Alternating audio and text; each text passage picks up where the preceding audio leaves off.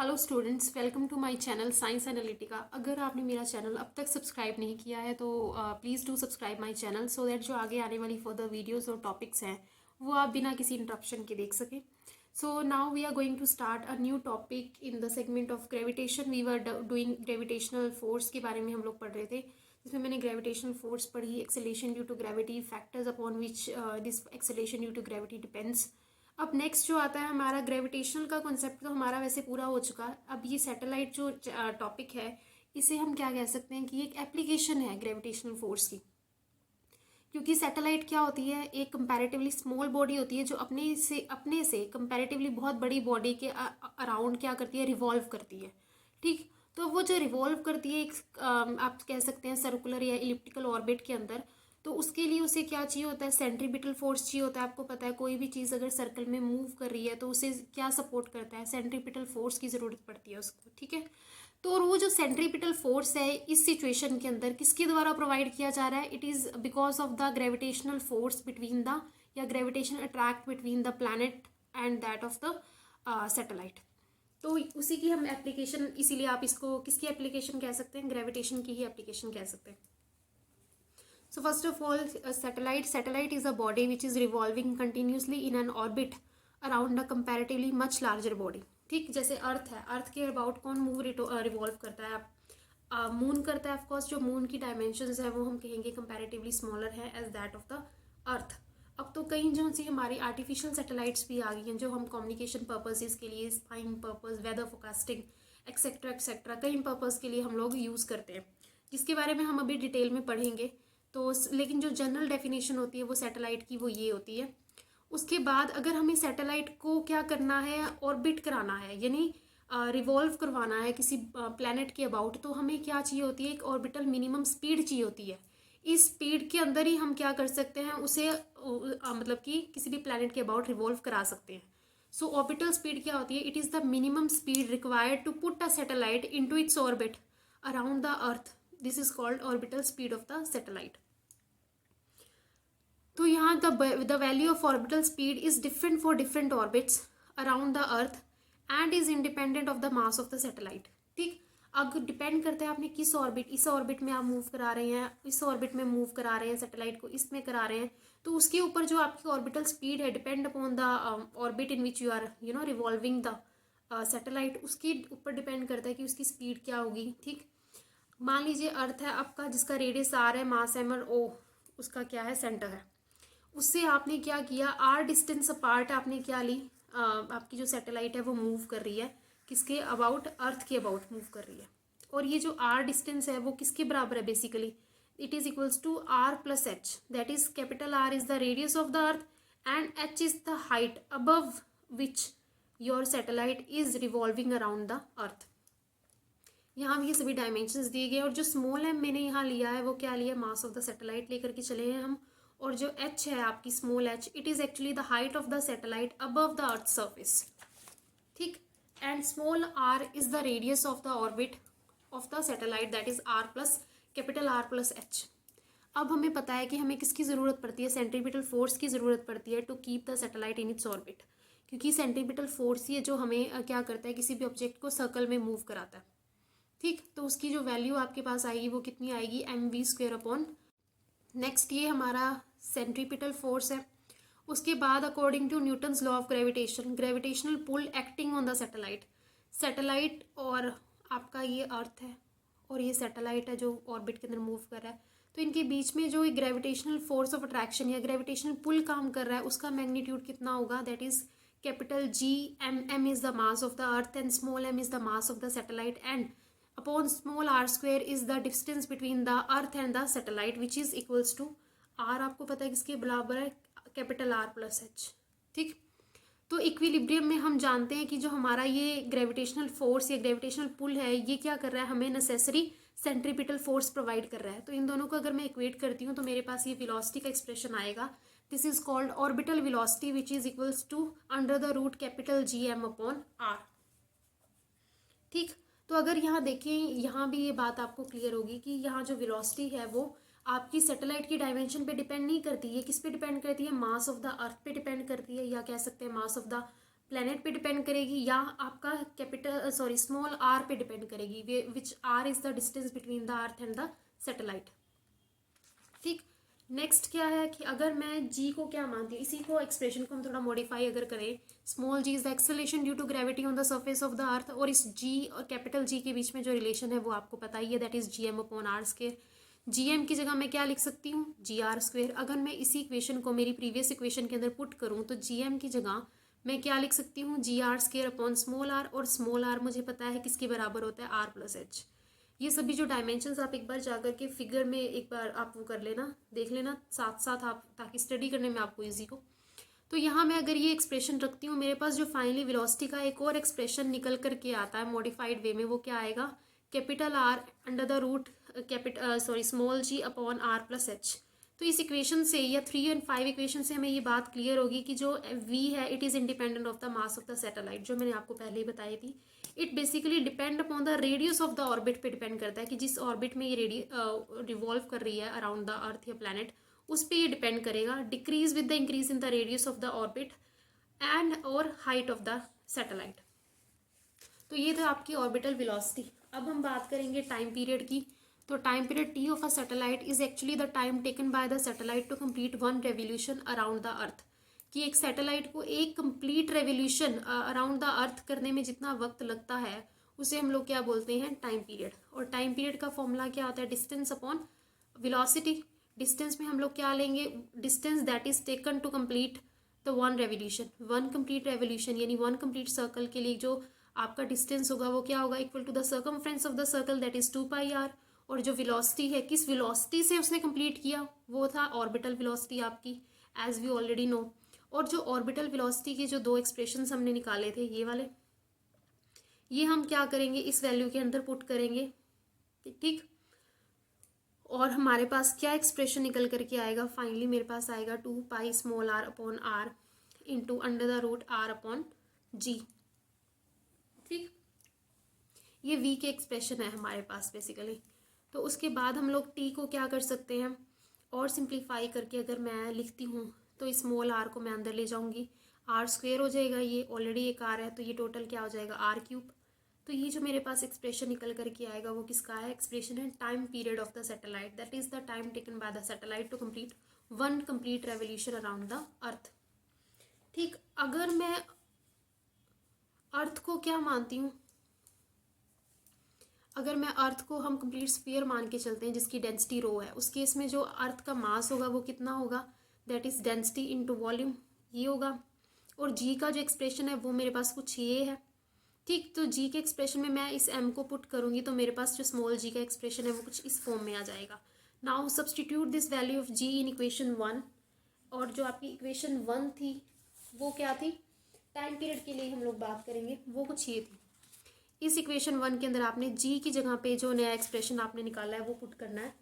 ये पुट करने के बाद जब आप सिंपल सिंप्लीफिकेशन आप इसको करोगे तो आपके पास ये एक्सप्रेशन निकल करके आएगा, that is under the root 3 pi R upon H whole cube upon G rho into R cube. इसे आप लोग एक बार सॉल्व करके देख लेना ताकि आपको थोड़ा कॉन्फिडेंस आए। Now if satellite is very closer to the surface of the earth, यानी अगर जो सर्फेस ऑफ द एच बहुत छोटा है, आपकी जो सैटेलाइट है वो बड़ी क्लोजली सरफेस ऑफ द अर्थ के पास रिवॉल्व कर रही है, उस केस में हम इसको कंपैरेटिवली आर प्लस एच को आर के बराबर ही ले सकते हैं, क्योंकि एच इसमें नेग्लिजिबल है, उसको निगलेक्ट कर दिया। फ्रॉम इक्वेशन 2 जो निकाली है हमने, उसमें हम लोग ये वैल्यू आर प्लस एच की जगह आर पुट करें तो मेरे पास जो फाइनल टाइम पीरियड का एक और एक्सप्रेशन निकल करके आता है वो क्या आता है, under the root 3 pi upon G into rho. अब इक्वेशन 1 जो थी मेरे पास, ठीक, उसी से सिंप्लीफाई करते हैं अगर, तो मेरे पास क्या आता है, मेरे पास जो फाइनल एक्सप्रेशन आया है उसका टी का वो किस फॉर्म में आता है, 2 pi upon under the root r upon g. क्योंकि बेसिकली ये जो आर था वो क्या था, r is equals to small r is equal to capital R plus h था। अब हमने क्या ले लिया, आर प्लस एच को कंपैरेटिवली आर ही ले लिया, तो इस एक्सप्रेशन में भी मैं क्या करूँगी, स्मॉल आर की जगह कैपिटल आर सब्सटीट्यूट कर दूंगी तो मेरे पास ये वाला एक्सप्रेशन आ जाएगा। ये मेरा फाइनल एक्सप्रेशन है किसका, टाइम पीरियड का। और इसमें जब मैं वैल्यूज़ जो मुझे नोन है वो सब्सटीट्यूट करूँगी, that is small G acceleration due to gravity on the surface of the earth कितनी होती है, 9.8 मीटर पर सेकेंड स्क्वायर। और आपका जो रेडियस है वो कितना होता है, 6.4 इंटू 10⁻⁶ मीटर, ये सभी वैल्यूज़ मैं इसमें सब्सटीट्यूट करके इसको कैलकुलेट करूँगी तो मेरे पास जो फाइनल टाइम पीरियड आएगा वो कितना आएगा, 84.6 मिनट्स आएगा किसी भी सैटेलाइट का। इसका क्या मतलब है, it means a satellite orbiting close to the surface of the earth has a time period of revolution about 84.6 minutes. ठीक, सो नेक्स्ट इसमें अब हमारा टॉपिक आता है, ये तो था टाइम पीरियड। नेक्स्ट हम मूव करें height of the satellite above the earth surface, कि अर्थ से कितनी हाइट पर जो आपकी सैटेलाइट है वो मूव करती है अराउंड द अर्थ। टी की एक्सप्रेशन हम सबको पता है, अगर मैं दोनों तरफ स्क्वायर कर दूं टी स्क्वायर का तो मेरे पास कुछ ये एक्सप्रेशन आ जाएगा। इसमें से अगर, क्योंकि अंडर रूट हट जाएगा स्क्वायर होने के बाद, तो ये जो आर प्लस एच क्यूब है इसे एक तरफ रखें और सबको एक तरफ दूसरी तरफ शिफ्ट करते हैं तो मेरे पास आर प्लस एच का ये एक्सप्रेशन आता है, जिससे मैं एच का जो एक्सप्रेशन है वो ईजिली अलग कर सकती हूँ और ये मुझे क्या देगा, हाइट ऑफ द सैटेलाइट देगा। कुछ नहीं है, सिंपल मैथमेटिक्स है आपका। नेक्स्ट आता है एंगुलर मोमेंटम। देखिए when a satellite of mass m is orbiting with speed v on the orbit path of the radius r around the earth, its angular momentum is given by mvr। ठीक, तो angular momentum of the satellite orbiting around the earth is given by mvr। यहाँ r और m as such रहेंगे और v क्या है आपका, orbital velocity, जिसका एक्सप्रेशन हमने निकाला है, it comes out to be gm/r। इसे मैं अगर थोड़ा सिंप्लीफाई करती हूँ, इस एक्सप्रेशन को भी अंडर रूट के अंदर ले लेती हूँ तो मेरे पास ये आता है। देखिए अगर मुझे m स्मॉल m यानी मास ऑफ द सैटेलाइट पता हो, कैपिटल M अगर मुझे मास ऑफ द अर्थ पता हो, and r small r is the distance at which और height at which your satellite is orbiting around the earth, ये पता हो, इनकी मदद से मैं क्या कैलकुलेट कर सकती हूँ, एंगुलर मोमेंटम। इनकी वैल्यू सब्सटीट्यूट करके मैं इजिली कैलकुलेट कर सकती हूँ। नेक्स्ट आता है आपके पास energy of orbiting satellite. Total mechanical energy of a satellite revolving around the earth is the sum of the potential energy and the kinetic energy. यानी अगर मुझे टोटल मैकेनिकल एनर्जी निकालनी है ऑर्बिटिंग सैटेलाइट की तो इसके लिए मुझे उसकी पोटेंशियल एनर्जी भी निकालनी पड़ेगी और उसकी काइनेटिक एनर्जी भी निकालनी पड़ेगी। फिर दोनों को सम करके हम लोग क्या कह सकते हैं कि उसकी कौन सी एनर्जी आएगी, टोटल मैकेनिकल एनर्जी आएगी। So potential energy of satellite, it is due to the position with respect to the earth, it is due to the gravitational force acting on a satellite due to the earth. Now if satellite of mass m is revolving around the earth of mass m, radius capital R and orbital velocity small v in an orbit of radius small r, तो उस case में जो potential energy होगी satellite की वो क्या होगी, u is equals to minus G M M upon R होगी। ठीक है, जो ग्रेविटेशनल पोटेंशियल एनर्जी होती है एक तरह से उसी के बराबर होगी और आपकी जो काइनेटिक एनर्जी होगी वो कितनी होती है, half M V square. V की जगह आप क्या पुट करोगे, वो जो आपका एक्सप्रेशन है ऑर्बिटल वेलोसिटी का था। अब आपके पास पोटेंशियल एनर्जी भी आ गई और काइनेटिक एनर्जी भी, अगर आप दोनों का सम करोगे तो आपके पास क्या आ जाएगा, टोटल मैकेनिकल एनर्जी आ जाएगी। ठीक, अगर हम फिर वही मानते हैं कि आपका जो सा सैटेलाइट है वो बड़ी close to the earth move कर रही है, उस केस में जो आपकी हाइट है आर प्लस एच वो किसके बराबर होगी, कैपिटल आर के बराबर होगी। तो आपने r प्लस एच की जगह क्या सब्सटीट्यूट करना है, capital R। So this is the basically total mechanical energy of satellite. Next अब आता है हमारे पास binding energy of a satellite. So energy required to remove a satellite from its orbit around the earth to infinity is called binding energy of satellite. अच्छा, अब orbit में से अभी जो हमने ऑर्बिटल वेलोसिटी की थी तो वो क्या की थी कि उसको ऑर्बिट के अंदर डालना है हमें, कितनी वेलोसिटी स्पीड से। अब क्या है, उस ऑर्बिट से रिमूव करने के लिए जितनी एनर्जी मुझे चाहिए किसी भी सैटेलाइट को, उसको हमने क्या कहा है, binding energy of the satellite.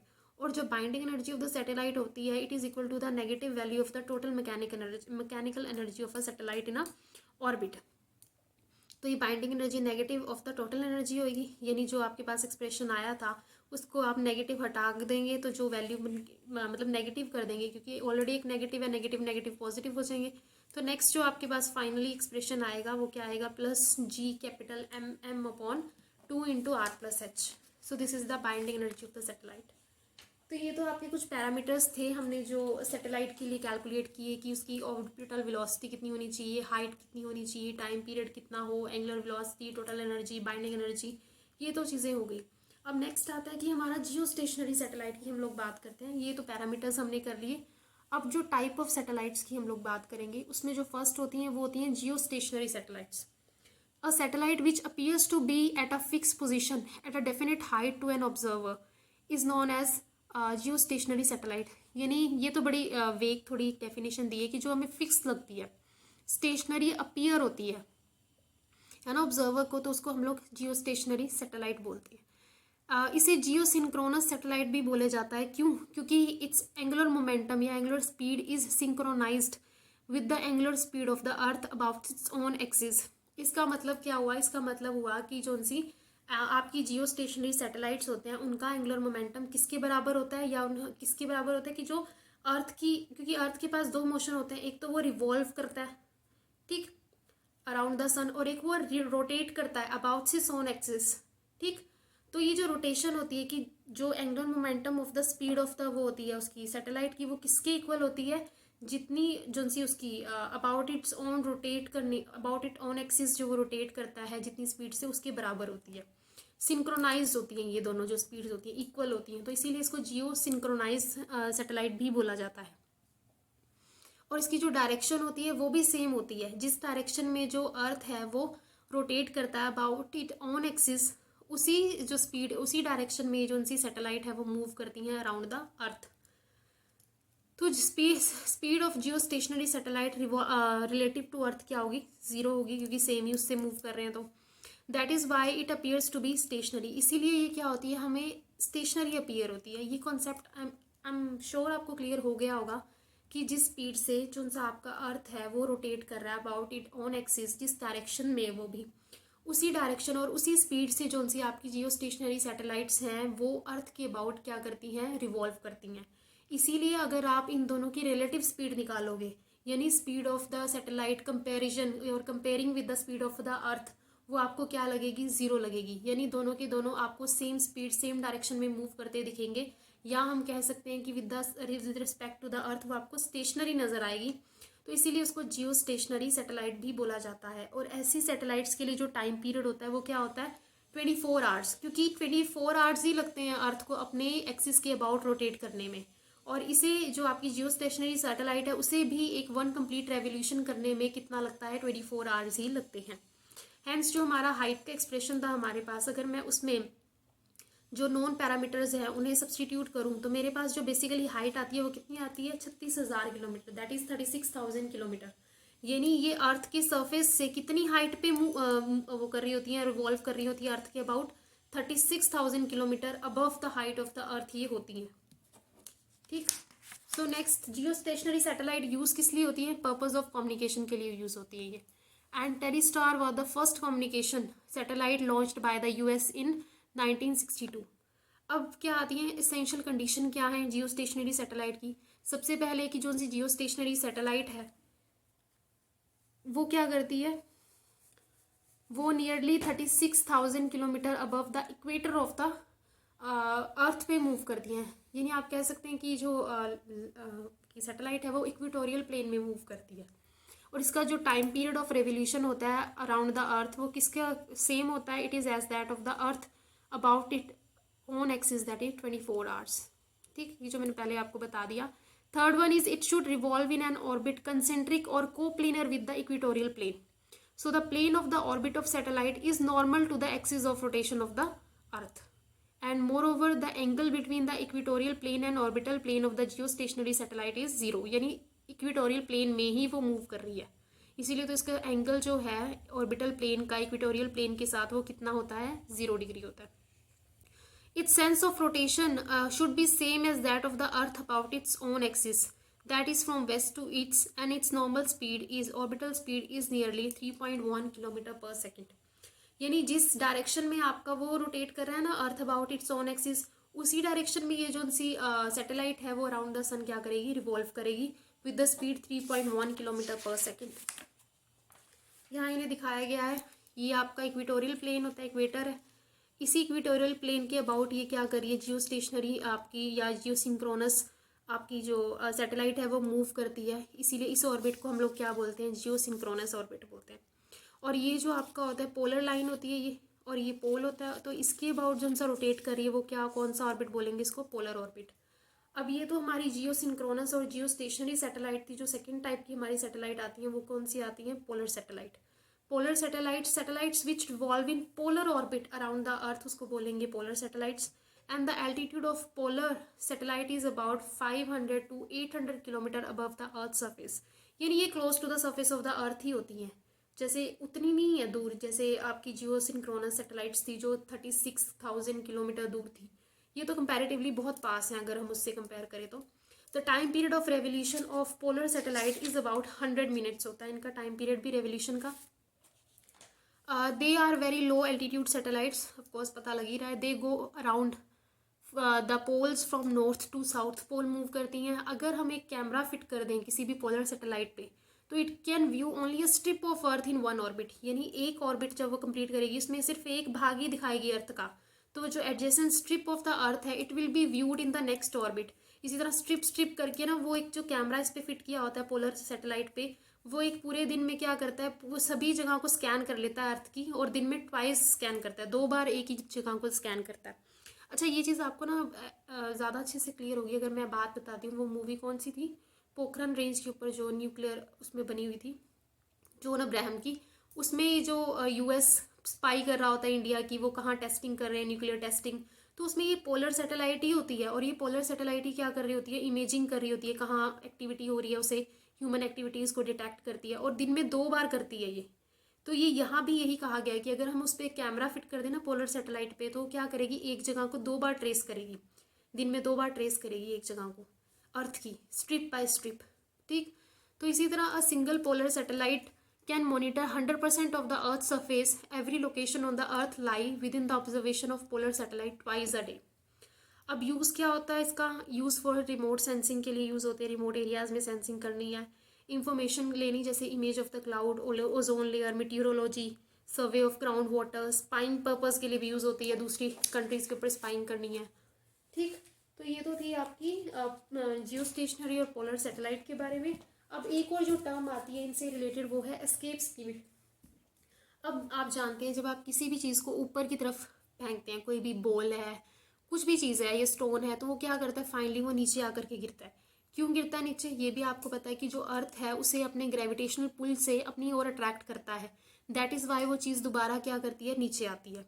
अब लेकिन क्या है, हम चाहते हैं कि हम उस चीज़ को इतनी स्पीड दे करके फेंकें कि वो अर्थ की ग्रेविटी से बाहर ही चली जाए, अर्थ उसको अट्रैक्ट ही ना कर सके अपने पास दोबारा। तो उतनी स्पीड देनी पड़ेगी हमें ऑफकोर्स, कि जितनी स्पीड इसको ग्रेविटेशनल पुल को ओवरकम कर सके। तो वो जो स्पीड, जितनी स्पीड से क्या होगा कि आपका जो सा ऑब्जेक्ट है अगर फेंका जाए ऊपर, वो क्या करेगा, ग्रेविटेशनल पुल से बाहर हो जाएगा। उस स्पीड को हम लोग क्या बोलते हैं, एस्केप स्पीड या escape velocity. Escape speed on the earth या कोई और प्लैनेट भी हो सकता है, is defined as the minimum speed with which a body has to be projected vertically upward from the surface of the earth so that it just crosses the gravitational field of the earth and it's never returned back on its own। क्योंकि otherwise क्या, अगर आप मान लो किसी चीज़ को ऊपर फेंकते हो तो वो तो कभी नीचे आए ही ना, ऊपर ही घूमती रहे। लेकिन जो अर्थ की ग्रेविटी है वो काउंटर फोर्स लगाती है और उसको नीचे की तरफ अट्रैक्ट करती है। आप तो फोर्स लगा के उसको ऊपर फेंक रहे हो, बॉल को या किसी भी स्टोन को, किसी भी चीज़ को, और अर्थ क्या कर रहा है, काउंटर फोर्स लगा करके उसको नीचे की तरफ अट्रैक्ट कर रहा है। अगर अर्थ ही ना अट्रैक्ट करे उस चीज़ को तो वो तो कभी नीचे ही नहीं आएगी। तो अब हमारा पर्पस क्या है, हम सोच रहे हैं कि हम उस ऑब्जेक्ट को इतनी फोर्स दे करके इतनी स्पीड से ऊपर फेंकें कि वो अर्थ की ग्रेविटेशन से ही बाहर हो जाए, कि अगर अर्थ उस पर अपना पुल लगा ही ना पाए और वो कभी वापस ही ना आए ऑफ इट्स ऑन खुद। तो भैया हमने एम क्या लिया, वो कितनी स्पीड होएगी उसको ही हम कैलकुलेट करने की कोशिश करें कि ऐसी कितनी स्पीड हमें ऑब्जेक्ट को देनी पड़ेगी ताकि वो एस्केप हो जाए ग्रेविटी के इफेक्ट से। तो एम क्या है, यहाँ मैंने capital M mass of the earth ले लिया, आर कैपिटल रेडियस है, जो सा कैपिटल आर जो है रेडियस ऑफ द अर्थ है हमने।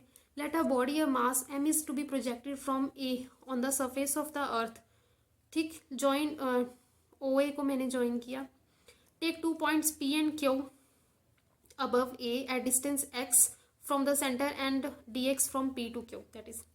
Now gravitational force of attraction on the body at P point P is, P पे अगर कोई चीज़ लाई कर रही है तो अर्थ उसको क्या कर रहा है, अपने सेंटर की तरफ अट्रैक्ट कर रहा है। कितने फोर्स से कर रहा है, ये मैग्नीट्यूड हमने दे दिया capital G m m upon X square, where capital M is the mass of the earth and small m is the mass of the body lying at point P।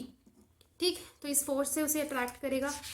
अब क्या कहते हैं, हमें वर्क डन करना है gravity के against. Gravity तो सोच रही है मैं उसको नीचे खींचूं, नीचे की तरफ पुल करो, और हम सोच रहे हैं कि वो ऊपर की तरफ जाए, तो उस केस में हमें ग्रेविटी के अगेंस्ट काम करना पड़ेगा। So work done in taking the body against the gravitational force from P to Q is that is small work done है फ्रॉम पी टू क्यू मूव करने के लिए करना पड़ेगा, वो कितना होगा एफ डी एक्स.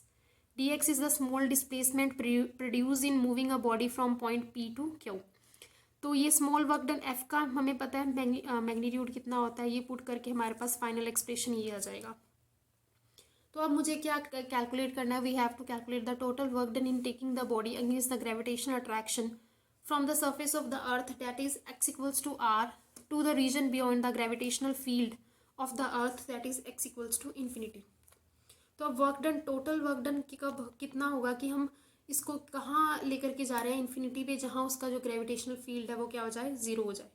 तो उस केस में जो वर्क डन है, टोटल वर्क डन हमें कितना करना पड़ेगा उस केस में, हम जो एक्सप्रेशन को इंटीग्रेट करके निकालेंगे from point R to infinity. Finally इसको इंटीग्रेट करके हमारे पास जो रिजल्ट आएगा वो कुछ ये आ रहा है, capital G M M upon capital R. ठीक. तो next, if this work done is at the cost of kinetic energy given to the body at the surface of the earth. So if v is the escape velocity of the body projected from the surface of the earth, then kinetic energy of the body कितनी होगी, क्योंकि इसमें कुछ velocity produce हुई है body के अंदर जो हमने कॉज की, तो उसकी वजह से क्या होगा, काइनेटिक एनर्जी भी प्रोड्यूस होगी.